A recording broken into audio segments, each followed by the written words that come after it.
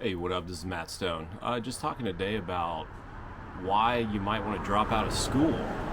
Now, I'm not saying that everybody should drop out of school. We all know the arguments for staying in school, getting a college education. You got a pretty good chance at college of meeting somebody who could be your life partner while you're in college.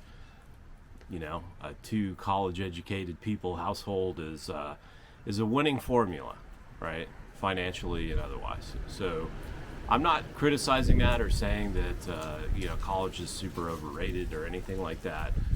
It's just not the only path. And if you're really intentional about what you do, and you act in you got a good strategy and you follow that and you're really smart about it, not only could you come out with a much better financial outcome than the average college graduate, but you could actually end up being a lot more educated as well. So we'll just kind of talk about that. But first and foremost, I guess I'll just kind of talk about everything through what I've done with my own daughter, right? I would say not only did we allow her to, but probably encouraged her to drop out of school after fifth grade. So she is now 18 and a half, and she has a net worth over 100,000. And you see all this stuff on YouTube about personal finance where it's like, you got to get that first 100,000. You got to get your net worth up over 100,000. Once you can do that, then through the magic of compounding interest and all these other things, you'll find that the next 100,000 comes a lot faster. Each 100,000 comes faster than the one before it, until by the time you reach 5, 6, 700,000, you're adding another 100,000 every couple years or less, and you just see your net worth just take off. Well, she's already over 100,000, 18 and a half years old, and she would currently be a junior in high school right now because she was held back. So obviously that was another factor. Was, geez, you're going to turn 20 a couple months after you graduate high school. That's a long time to be stuck in high school, and to be stuck in school. She's not the best student, obviously, and that's another reason. Her going to college and trying to go compete toe to toe in the workforce with everyone else, it just wasn't likely to be something where she was going to go and outcompete and outgun everybody in these high-paying fields. If you have the ability, the mental ability and the work ethic and everything to become an engineer or a doctor or a scientist or something that not only requires that you get higher education, just because you need your credentials, but you just have the capability to do that and compete and go get a job at Tesla or SpaceX or become a doctor or something. Well, hey, that's a totally different thing. We're talking about you assessing yourself. Are you just a normal person, or maybe even slightly below a normal person? And that's where I think dropping out of school might actually be your best bet, but only if you are smart about it and intentional about it, and you fill the time that you're not in school doing something that's actually going to deliver good results. Like I said, not just with your money, but also with your education. So here's the game plan. Here's how we got my daughter to where she is today, and here's our plans for the future for her. So instead of going to school, I helped her develop her own small business online, and she has a team of basically freelance workers. They do the work. She brings the clients in, and you run a business, and for every dollar that comes into the business, about 25% of that is profit. That's hers to keep. Because she's still living at home with us, she also doesn't have a car or drive because of a condition she has that doesn't allow her to be able to do that. She is literally has no major expenses. We're still paying for food. We're still paying for her house. We're still, she just doesn't have any regular ongoing expenses. She does pay for her own medical stuff, until the deductibles met. So she has had some, I think she spent $1,400 last year or something on medical for the first time. So there's some things like that, but she's able to pay herself a monthly salary of $500, and her checking account gets bigger and bigger and bigger over time, even paying herself that modest salary. Her expenses are like buying some clothes, going to get her hair done, buying gifts for people. We're going to some like anime convention, which is like dad torture, but I'm up for it. So I got my Inosuke costume, and yeah, I'm gonna be looking good. But anyway, we're going to like an anime convention, and so like she'll pay for the tickets to go to that. Things like that. And then she buys a ton of books, which we'll get to the book thing later. So anyway, that enables her to pay herself $500 a month, and then her savings rate currently is 75%. So 75% of the money that she earns, she's putting into investments and savings. That's huge. And that's really the key, right? Because, the maximum that most people, if you look at the average savings rate of your typical American, I mean, it's really low. It's like 3 or 4%, right? And there's just no doubt whatsoever that if you have good financial education and good financial habits, you can way out compete in terms of building up net worth a person making a much higher income who's not following like those sound, financial habits. So anyway, yeah, obviously you need to spend a lot of time on financial education. You need to be, if you are a young kid thinking about doing this is something to talk to your parents about, and you guys come up with a plan. I'm planning on her, the general game plan, always subject to change. You never know what might happen, but the general game plan is that she's going to be from like age 15 to 25, like roughly a 10-year period, that she's going to stay with us and just stockpile as much money in her investment account as possible. We'll probably invest in some real estate at some point, which is going to be great. Should be able to put 10% down on, let's say, a $300,000 house or condo or something like that, something that's can be turned into a vacation rental or a rental of some kind and earn an income. But she can put 10% down, let's say 30,000, and then 30 years from now she'll have a condo or a house that was paid for by renters, probably at a small profit along the way. So getting someone to buy her a house that's going to be hers free and clear by the time she's just a little older than I am now. That's definitely on the game, part of the game plan. So you're going to be real estate investments, and she's got bonds and metals and stocks, various ETFs. She's got all kinds of protections. She's diversified, and yeah, it's pretty sweet, her setup. And by the fact that she has her own business, businesses are worth 3 to 5 years of their annual profit. So, based on her annual profit, her business alone is already worth 70, 80, 90,000 at least, probably over 100. And then she's got all of her different accounts, and it adds up to be pretty substantial, more money than I have or have had at any point in my life. And that's what it's all about. As a parent, you want to see your kids do better than you. I'm really good at, I did a good job of figuring out how to not go to work. That's my thing. I've hardly gone and been employed ever in my life. My work week is, maybe 10 hours in a busy week. And, my life is awesome. But financially, I'm not set by any means. But I have figured out how to have a super leisurely life where, wake up and do whatever we want every day, all day, and have the freedom to travel anywhere in the world and go on adventures and do stuff like that. So I got that part figured out, but I have more debt than money, and So that's the whole point of, working with the next generation to, okay, here's what I did right, do that, and then here's what I did wrong, let's fix that. But if she also could work a full-time job and make another couple of $1,000s a month, and she could put that into savings every month.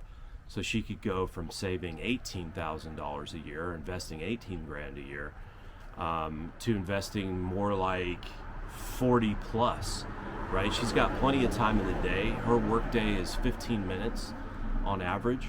So there's plenty of time for a full-time job. She's not going and doing that, but she certainly could. She's also starting to do some stuff on social media, and basically, it's like she's starting a second business. We'll see how that goes.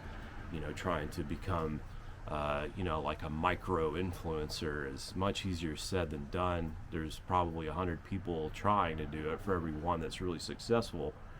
But she's got all the time in the day to try it, and she's been at it for, a month now, and we'll see how that turns out.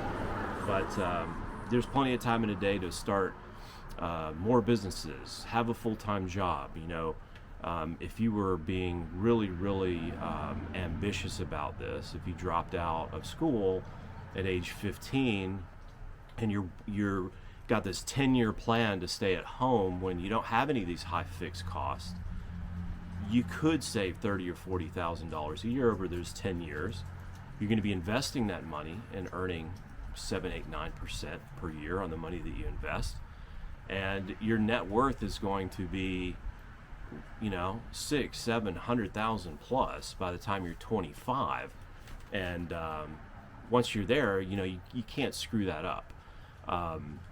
You could take that money and do so much with it. You could just live off the dividends. I mean, it's pretty easy to get a dividend account that's earning like 4%. So if you're, you've got 700,000 in your account earning 4%, that's $28,000 a year. That's plenty to just go travel the world as a digital nomad in the second half of your 20s. I mean, it's crazy. And you'll come back with even more than 700,000 when you get tired of traveling around all the time, or maybe you never get sick of it. Obviously, if you're traveling around and doing that, living that kind of life, you got plenty of time to, do stuff on social media. You have plenty of time to do freelance work. You have time to be starting other businesses and doing other things. It's just amazing what you can do with basically your basic income coming in already, and then without you doing anything. You got all the time in the day to figure out how you can efficiently make more money. So that, to me, that's really what it's all about. That's why you drop out of school. You could learn a trade, and or just even work at a regular job. I mean, you can go work at the mall, or you can flip burgers, or just do whatever. You can be a server. You can be a bouncer. You can be whatever you want. You don't have to go out and make a great wage. You can actually achieve this like $500,000 or more net worth in 10 years time. You can do that without having this education or even a high school education. You can do it without earning a big wage. You can do it, earning $15 an hour and probably work your way up a little bit. And like I said, it's also smart to try to figure out how to start some kind of business. The game plan for my daughter, hopefully, is that after she builds up this nice savings of $400,000, $500,000, $600,000, that she also has a business that she can sell for a few $100,000 more to just kind of like ice it, So she's like $800,000, $900,000 net worth, and it's all liquid in her investment account and real estate investments and stuff like that. And then she walks away clean at 25. And just as people are getting out of college, ready to enter the workforce with six-figure debts from school, and having to pay for an apartment and pay for a car and pay for health insurance and car insurance and all the things that people have to pay for, she's already got that just totally dialed in and figured out. So that's the game plan. It can be done, and it's something if your parents are willing to, support you a little bit. I mean, it's not that expensive to support a kid if the kid is you know, still buying all of their own stuff when it comes to recreational things, right? She's not going to go out to eat with friends, and you know, we're going to pay for that. That's something that comes out of her personal money. So we will pay for her food, which is a few $100s a month. We pay to have a roof over her head, which in our case is not very much. You know, I drive her wherever she wants to go, and she can take an Uber if she wants to go somewhere when I can't take her. So anyway, that's kind of the setup. I don't know how realistic or practical that is for every family, but yeah, it's something that if you're really set on doing it, you follow the simple plan and save up, you know, as much, you know, keep your monthly pay to like $500, save everything else. I mean, it's so hard to even save 10% of your income every month by the time you're an adult and you have all these fixed costs. You know, you have a mortgage and a car payment and car insurance and health insurance. I mean, my wife's health insurance alone is $600 a month with almost a $9,000 deductible. So, you know, we've been spending $15,000 a year just on health insurance. Yeah, try saving money with any job in that kind of situation. It's really difficult. So it's the best time of your life while you're still under, you know, you still don't have all those fixed costs because you're living at home. It is the single best time in your life to capitalize on that. And you do not need to be making, you know, a six-figure salary. You do not need to be a doctor, lawyer, engineer, or something like that in order to set yourself up financially for the rest of your life and potentially enter into almost like a semi-retirement, completely financially free at 25. I mean, that's totally doable. I think anybody could do that. Even just like I said, you know, delivering pizza for Domino's or whatever, I think that's totally possible. So do that. Secondly, I wanted to just talk education-wise. Everybody is, you know, kind of like enamored with school as being the one and only place where you can get an education. Well, obviously, there's certain professions that require you to get certain credentials and go through certain educational steps in order to have a chance to land a job in that field. Okay. But there's, you know, there's 100 jobs that don't require you to go out and get some official credential of some kind in order to have that job.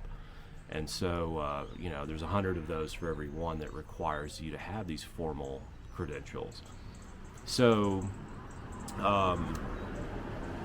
the question is then, you know, how do you get educated? You know, school is where education comes from. Well, not really.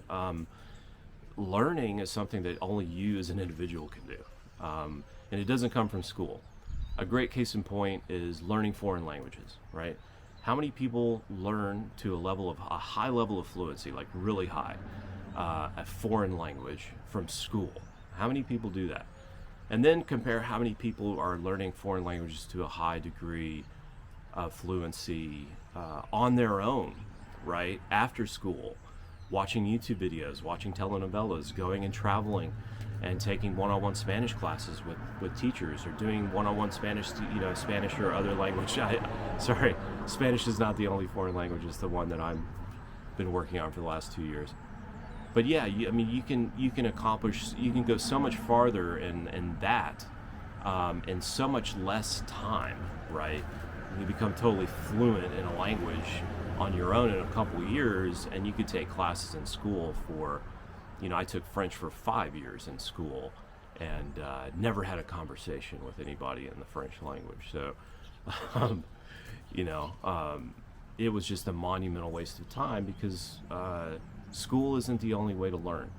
And we live in a day and age with AI, with social media, YouTube, anything that you want to know, you can go out there and get it. And books have proven to be, in an academic setting, have proven to be the ultimate educational tool, right? Kids' access to books, as has been shown by Stephen Krashen, who's one of my favorite people. His friend Alfie Kohn is another kind of like legend in the field of education. It's so much better to go out and study something that you're interested and naturally curious about. You will study it harder, you will pay closer attention when you're studying, you will go much farther, much faster. Studying something of your own volition than having some kind of curriculum imposed onto you. And books are just an incredibly powerful tool. People who read, they're getting exposed to thousands and thousands, literally tens of thousands of words per day that are written in the most elegant and perfect version of their native language, right? It's been edited. The sentence structure is more elegant. The vocabulary is much larger, more diversified. And when you're exposing your brain to tens of thousands of perfectly written words every day from books, you do that over every day. You read for an hour or more for 10 years. You're going to have an Ivy League level vocabulary. You know, you're going to have a lot of knowledge, even if you're reading a fiction. But not only if you're reading fiction, but especially if you're reading fiction, you'll actually tend to have more of an education about science than a person who's taken science classes, about history than a person that's taking history classes, and so on and so forth, right? If you're reading an engaging story that you're reading by choice, Stephen Krashen likes to say, how does he word it? Self-selected reading for pleasure, or something, fiction reading for pleasure. That's the key. That's one of the greatest educational weapons that are out there. And if you're not in school all day, you have more time to read. And 2 hours of reading a day is way more educational than 7 hours of sitting in a classroom having stuff just kind of passively wash over you while you're daydreaming. And then just the type of, the way that school is conducted, where you're kind of like memorizing things and putting them in your short-term memory to go and try to perform on a test. That stuff isn't sticky, it doesn't last, right? Whereas you might remember lines from a movie from 25 years ago. I mean, I could still sit down and watch Better Off Dead from 1985 or whatever, and I've got the whole script memorized from the beginning of the movie to the very end. And even if I haven't watched it in 10 years, I'm still right there, like quoting every line. So, narratives and storylines and things are super compelling, and they stick. They're really sticky in our memory. So reading a lot of fiction is very powerful at improving your education and your intellect and your communication ability. Your writing ability improves from reading a lot, et cetera, et cetera. So I'm a big advocate of reading, and that's a great way to fill your time if you're not in school. I love learning foreign languages. That's big. There's plenty of time in the day for you to learn. I study Spanish 3 hours a day. I have every day I've studied Spanish without exception for, let's see, I'm coming up on 700 days here consecutive. So just because you drop out of school, you're not in school. I'm 46 years old. I'm still studying 3 hours a day, right? When I'm not studying, I'm still watching educational videos. I've watched videos about making pasta and making homemade breads and some of that stuff. Like this week, you watch political videos where you're learning a variety of things. You're listening to podcasts. And then, I listen to audiobooks, I read books. I mean, I'm just constantly inundated with new information. I'm constantly being educated. And education is so much more effective when you are fully engaged in something that is of your own choosing. It's what you're interested in right at this very second. When you click on it or you open the book, that's what you want to read. That's what you want to consume. That's what you want to watch. It's so much better to be consuming stuff that you're paying attention to than having stuff come at you that maybe you are, maybe you aren't interested in. And it's so much better to seek it out for yourself and learn it. So I do believe that unless you have to become a doctor or something like that, and you need to be,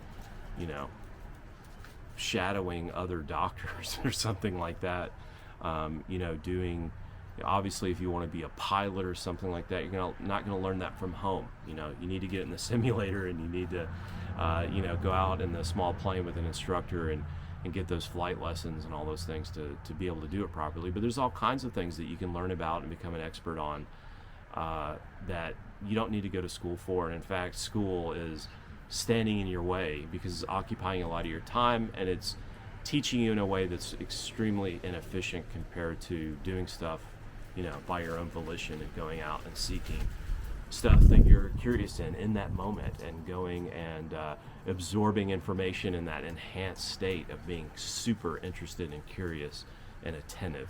So anyway, that's it. I think educationally you can educate yourself a lot better not being in school, and obviously it's free. not 100% free. Books are not free. They're not giving them away. You can go to the library, of course, if you want, but yeah, and there might be a little bit of a cost to doing things on your own. Not all education is completely free, but there's plenty of free education out there, and it's a click of a button. It's just the greatest time in human history to self-educate and to be, an autodidact and have basically like a self-driven education. Nothing is stopping you. Today, you could go out and start becoming an expert on whatever topic you want to become an expert in. So anyway, that's all I have to say, but yeah, I mean, I'm totally interested in answering questions that anybody might have. If anybody wants to try this, try this at home. Talk to your parents, or if you're a parent watching this and this inspires you to try to do something similar with your kid, yeah, I'm all here to help in any way I can, facilitate you going after that and implementing this and having just incredible results. Like I said, I think anybody could at least have a $500,000 net worth by 25, doing this for 10 years. And it's best to start right away. As soon as you're of working age, or as soon as you can start making money, jump in there. And you can always go to school later on. You can always go to school later on if you decide that you need a degree in something specific, or you want to go into a certain field where a college education is necessary. It should be pretty easy to get your GED and apply for a school, go there, get a college education, and you can do it while you're rich instead of going into debt to do it. And yeah, that's all I have to say about that. But good luck, and yeah, I'd love to hear from anybody who's done this or who's thinking about doing this and finds it interesting. Peace.